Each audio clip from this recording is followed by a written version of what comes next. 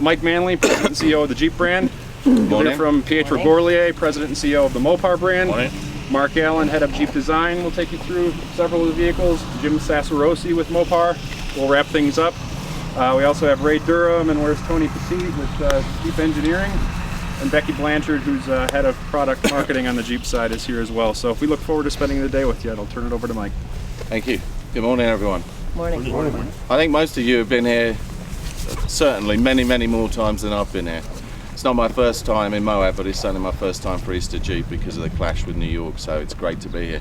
You know, when I was coming this morning, they said dress in layers. I just wish they'd have said make sure one of them's waterproof. It's the help and support I get from the team.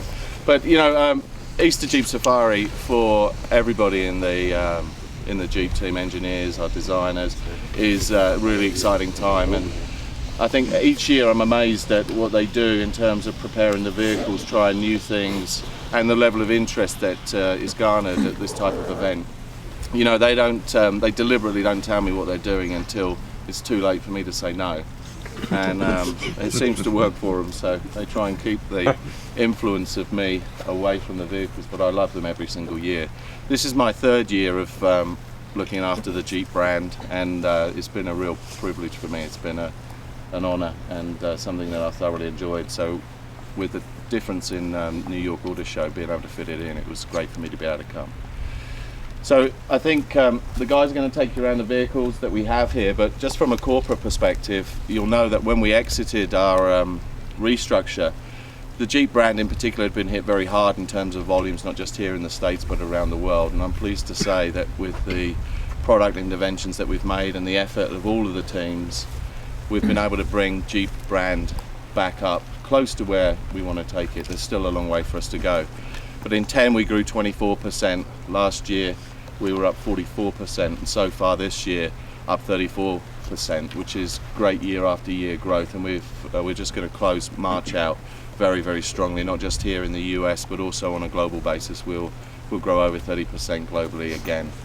And as I said, it's good to see the year-over-year stats, but our job really is to bring Jeep back to where it's historically been, and that is the #1 SUV brand. And the way that we are doing that is to be true to the brand, true to what it stands for, not just here in the US but on a worldwide basis. And it's great to see the momentum continuing as we come into this year, and hopefully we can keep that going, even though the year-over-year comparisons are going to become very hard because we had a very strong second half of last year.